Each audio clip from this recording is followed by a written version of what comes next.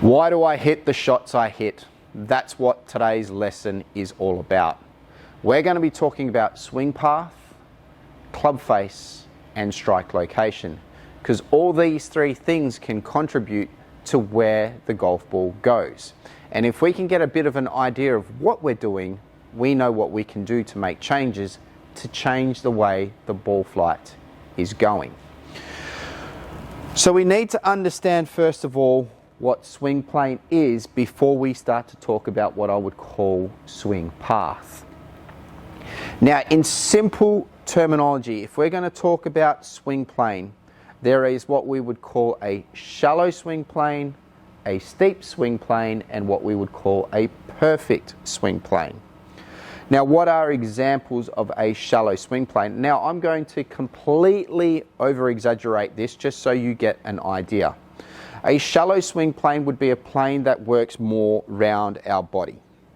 Now, yes, when we do a perfect swing plane, we're going to be working this same dynamic, but on a slightly different angle. But for reference, shallow swing plane means it's working more around our body.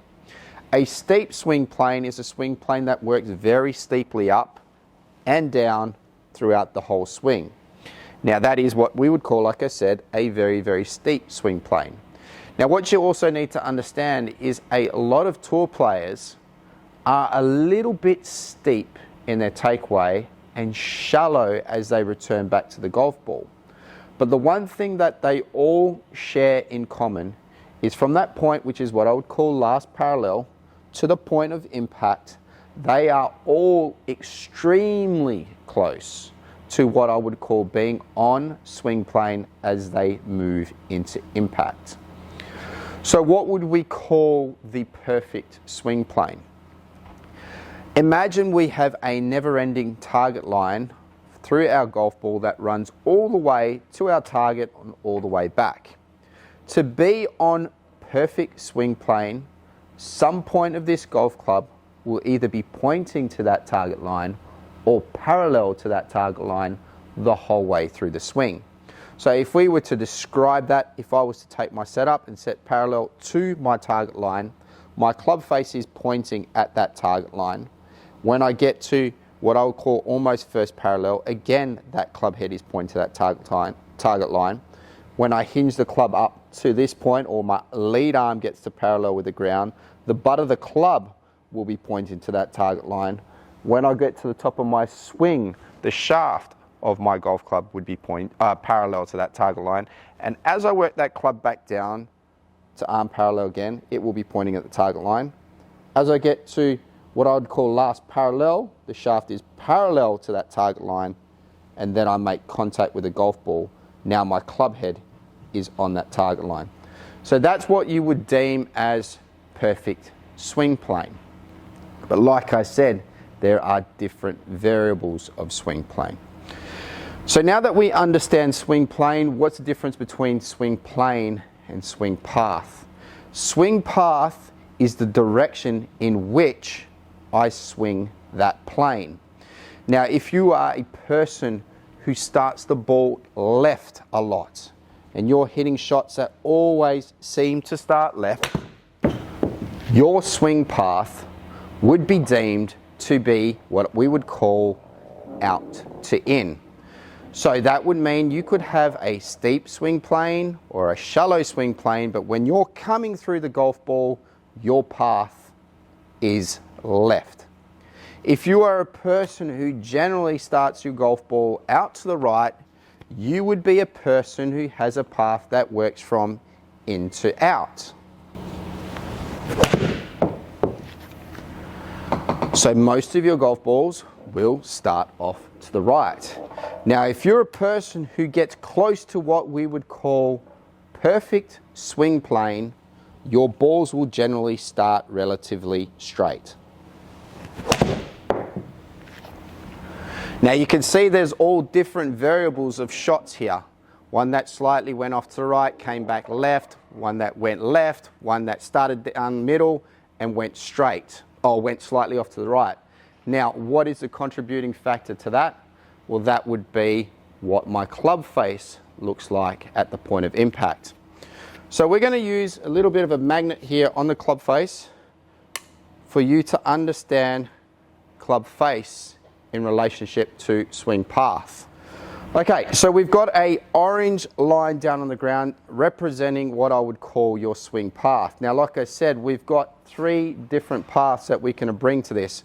We've got what I would call the perfect swing path, we've got the out to in swing path, and we also have the in to out swing path.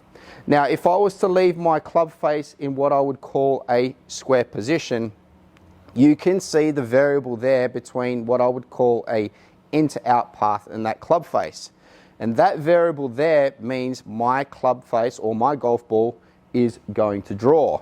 If I simply change that swing path and leave the club face exactly the same, all of a sudden my club face is now open to that swing path. Now the golf ball is going to slice. So you always need to remember it's the variable of change between club face and swing path that is going to make the ball go left and right. So in simple terminology, if this is perfect swing path here and my club face is closed to that path, my ball is going to hook. If my club face is open to that path, it is going to slice. If they match up perfectly, well, I'm going to hit a straight shot. Now that one doesn't happen too often. So just remember, if you want to change something particularly, and we'll talk about swing path again here, I've got a great video up on my YouTube channel called A Change of Path. Go watch that video. It will give you a couple of really good drills in how to change your path. But like I said there, when it comes to club face, a change of grip can change things, a change of release pattern, how your hands are coming down to last parallel, can change how that club face is going to work through impact. But the big one there is probably your grip. Strengthening the grip will close the club face a little bit more.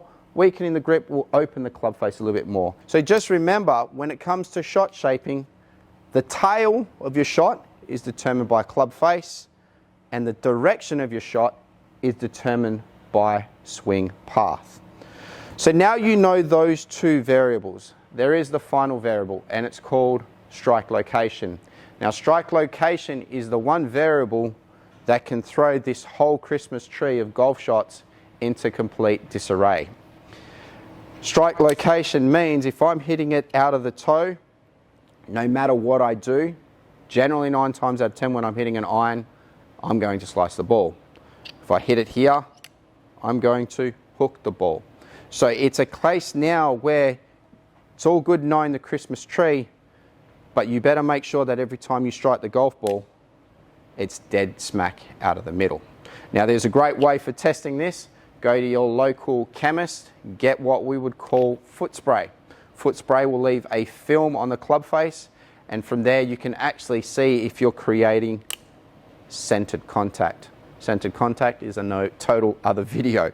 But if you can get a centered contact, then you can start to make changes to your swing so that you can change your path and the relationship between club face and that path.